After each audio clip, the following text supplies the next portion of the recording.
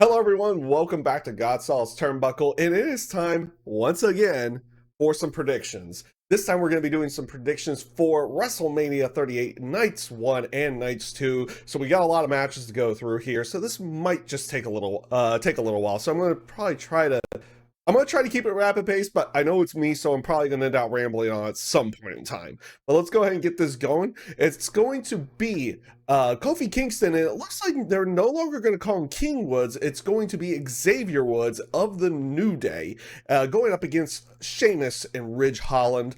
I really don't see. I don't necessarily see them putting over Sheamus and Ridge Holland in this particular match, especially after what happened with Big E. I mean, they could definitely go that route if they wanted to, but I just don't see them doing that at this point in time. So I am going to be going with Kofi Kingston and Xavier Woods here to win this match.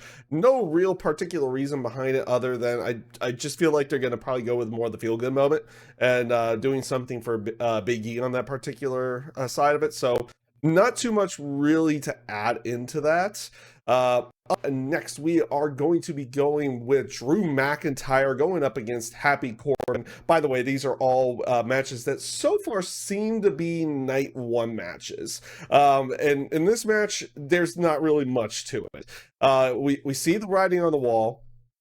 Riddick Moss or Madcap Moss is starting to make jokes towards Baron Corbin, Happy Corbin, on that one. That tandem is kind of fading away. Drew McIntyre, I just don't see them having him lose in this one, so I'm going with Drew McIntyre. There's really nothing to add to this. It's probably one of the most obvious picks of the entire show itself, so watch them go the other way with it.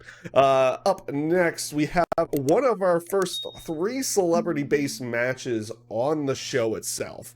It's going to be Dominic and Rey Mysterio going up against The Miz and Logan Paul. The story itself has been it's been okay. It hasn't been that bad. There have definitely been bigger matches that have had probably a little bit worse of a build through going into WrestleMania with this one. What they've been doing with Rey Mysterio's mask and the aspects of what they are doing with Logan Paul in this one have been all right on that one. I see the Mysterios winning this. I really don't have too much really to go off of that, but I probably see the Mysterios winning this match to just have the faces go over. Also, usually, I mean, outside of a few particular instances, especially with Floyd Mayweather, usually they don't have the celebrity like guest. I know Rock is considered a celebrity, but he'd have been a wrestler before, and they had him beat Cena in the main event of Mania. But they usually don't have the celebrity or the guest wrestler win too often. They did have Bad Bunny win last year. I am going to actually predict one of the celebrity matches for the celebrity to win that particular match as well. So it's going to be what it's going to be. But that will be later for the night 2 stuff. Up next, we are going to have Seth Rollins versus TBA, to be determined, vacant, whatever you want to call it. I have the TBA to win on this one. Now, for most cases, people are thinking it's going to be Cody Rhodes. That's kind of where I'm thinking it's going to be as well. So I expect it to be Cody being the one out there. There is a piece of me, though, with the factor of how much the crowd is chanting for Cody during the Seth Rollins segments, that they pull a switcheroo and it doesn't end up being Cody. I will probably die of laughter. I won't say die. I won't say die of laughter, but it will be extremely funny if it's anybody but Cody Rhodes for this particular match. But I expect it to be Cody. I think a lot of people do as well. Up next is going to be the Usos going up against Shinsuke Nakamura and Rick Boogs for the SmackDown Tag Team Championships. And, you know, with as much as they've been using Rick Boogs and Shinsuke Nakamura for promotional areas, looks like with Mike's Hard Lemonade now and also the Toyota commercials as well, I see them winning this.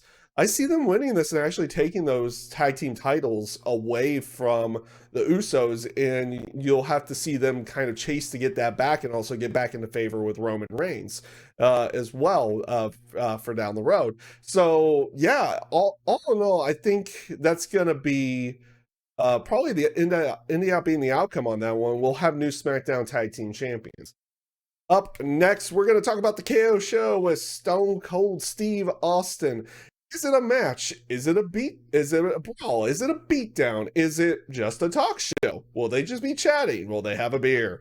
More than likely, there will be beer involved, and there will be several stunners involved. If it ends up being a match, Stone Cold will probably win the match. But all in all, you will see Stone Cold deliver probably about 2, maybe 3 stunners to go along with it, and probably douse Kevin Owens with beer to go along with that as well. So that's kind of how I feel like that segment's going to end up going.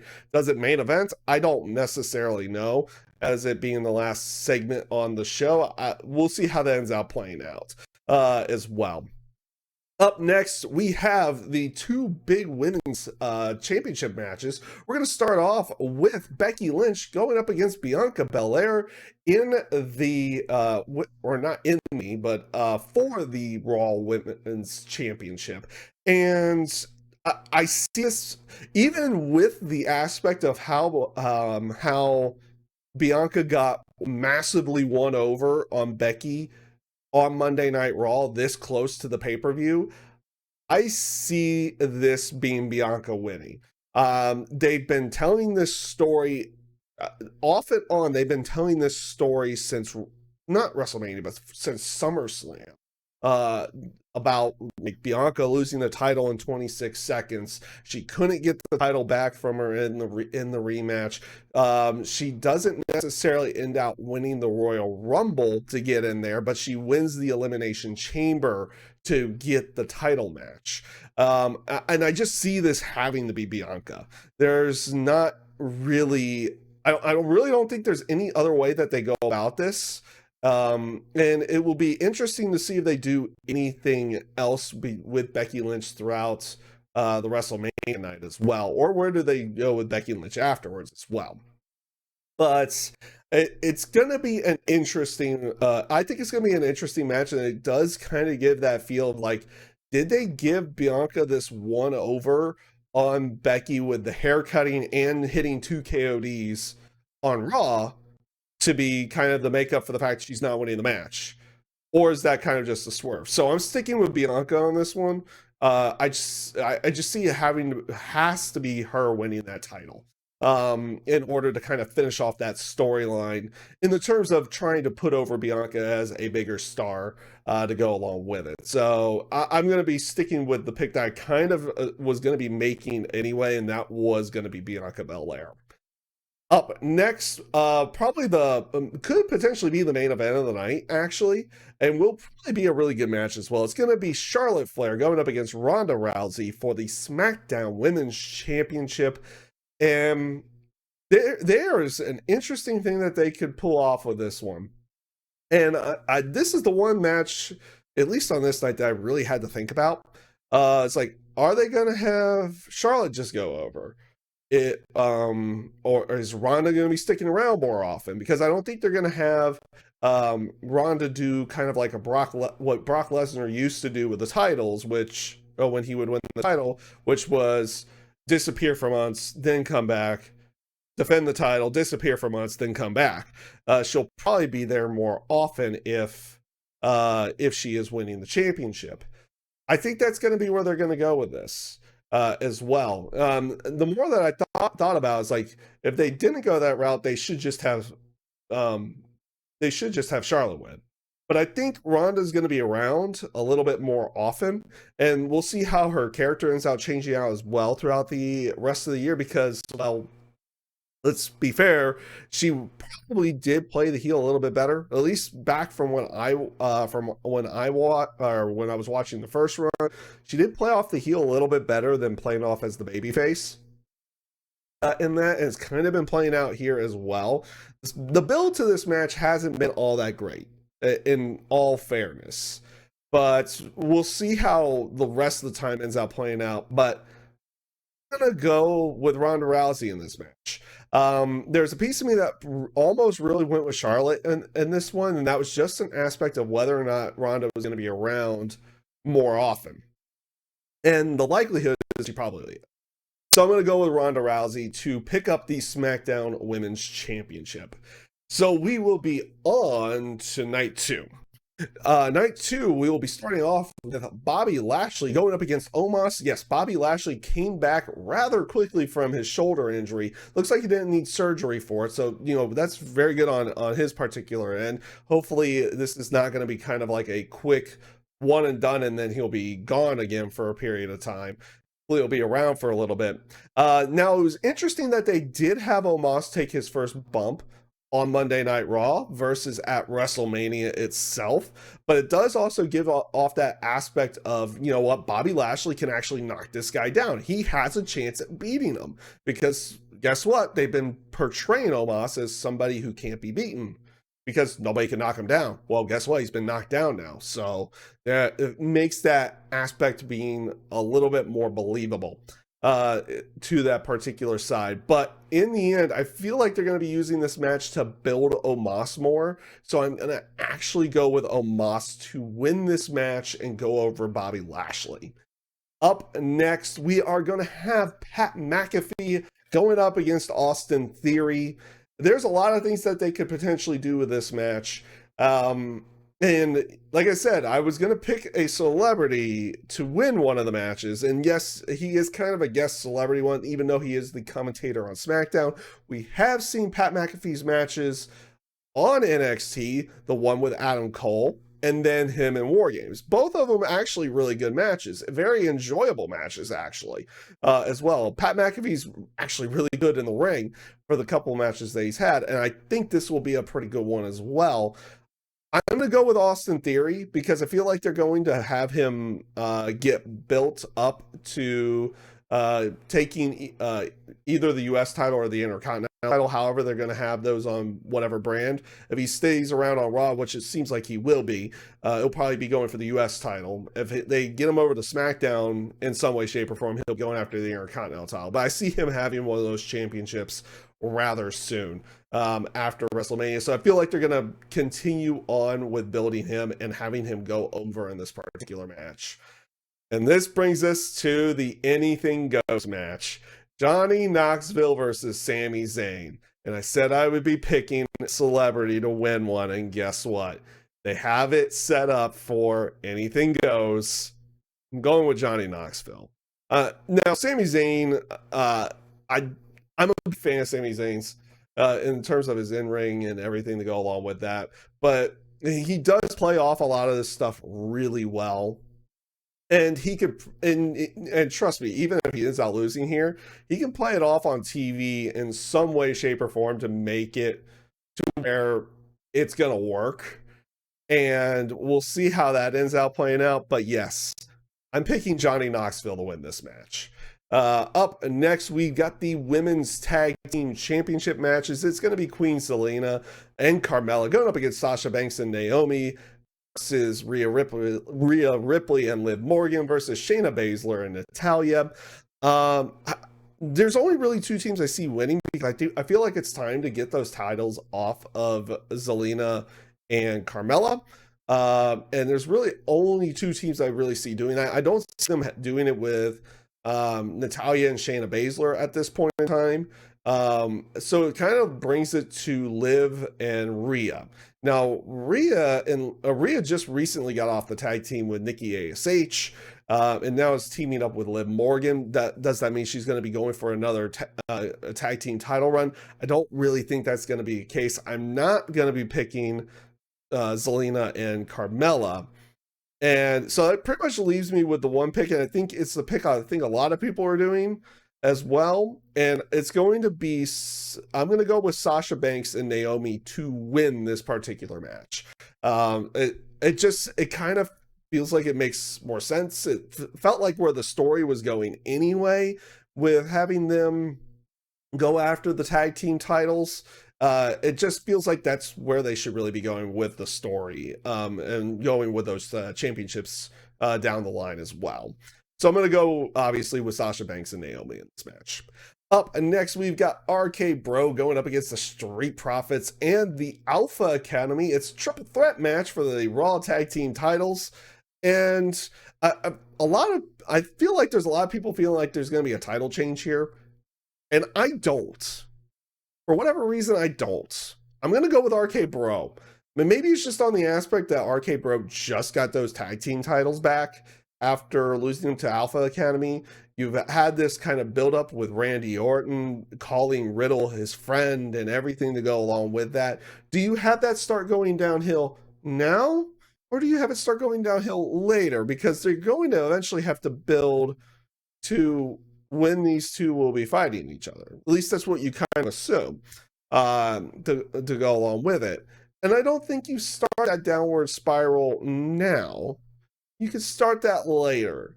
So I'm going to go with RK Bro. They just kind of got those titles back. And I just feel like they're going to be the ones who will be picking up the win and keeping the titles in this particular case. Up next, we've got Edge going up against AJ Styles. Edge has got a new attitude. He's got new music. He's got a blue light as well to go along with it. AJ Styles is kind of bringing back out that pit bull in him versus what he was doing with Omos in the tag team division. So we could be seeing that kind of resurgence of what AJ Styles kind of was when he started in WWE with everything on that. Do I see AJ Styles picking up the victory here? Mm-hmm. Could be. Could be. I'm going with Edge. Because, again, they just switched him heel. And I don't feel like I feel like it kind of justifies that heel turn if he ends out losing in the end. To go along with it and justifying the change that they've done with Edge, where he had been pretty much babyface the entire time since coming back in 2020. And yeah, I'm going to put Edge on this one. And then it'll be interesting to see where they go next after this with them. But yeah, I just don't see AJ going over in this particular match. So yeah, we're going to go with Edge. And this brings to the main event of night 2. Is Roman Reigns, Brock Lesnar. It's title for title, unification until they decide to not have them unified again. It's the Universal title versus the WWE Championship. They call it the biggest match of WrestleMania history. And in terms of that, outside of doing title for title at WrestleMania 6, and also title for title and a winner takes all at WrestleMania 35 with the triple threat with Ronda Rousey, Charlotte, and Becky, that does kind of make it a big match, honestly. We'll be completely fair on that. I know there's a lot of people like, yeah, whatever. But actually, the whole title for title thing, I would still consider it rather big on that particular side of it. Now, it'll be interesting to see how long they keep one champion to go along with it, where it's not necessarily Raw's going to have their own championship, SmackDown's going to have their own championship. It'll be interesting to see how long that lasts, or if it even lasts that long, or if it even lasts more than a day to go along with it. But in the terms of the match itself, this build's been fun. This build has been a lot of fun. And apparently Brock Lesnar in just like this different mode that we've probably not seen Brock in ever. I don't know. But the aspect of like country cowboy-esque Brock Lesnar is actually a lot of fun to go along with it. And of course, Roman's being Roman. Roman to me has been on an absolute tear in terms of his character and everything ever since coming back at SummerSlam in 2020. I've been loving it, and I've been loving this run that he's been doing with the Universal title. And guess what? I'm going Roman. I'm going to go with Roman on this particular one to win this match. It's one of those things that they played off, and they kind of finally made mention to it, that it eats up, it pisses off Roman Reigns that he hasn't been able to beat Brock Lesnar at WrestleMania yet. So guess what? Third time's the charm, and he's gonna. I feel like he's gonna end up pulling it out with this particular one as well. So that's pretty much all the matches here. I try to keep it as trimmed down as I possibly can, and based off of this, I'm just looking at the time frame here. It looks like I did at least. Usually I ramble on a lot more, so I did get through this a lot quicker than I thought I would to go along with it. But with that being said, everybody, hope you guys enjoy WrestleMania. If you enjoyed this, please do give a like, share, and subscribe. With that being said, everyone, take care, stay safe, stay healthy. Have a great rest of your day.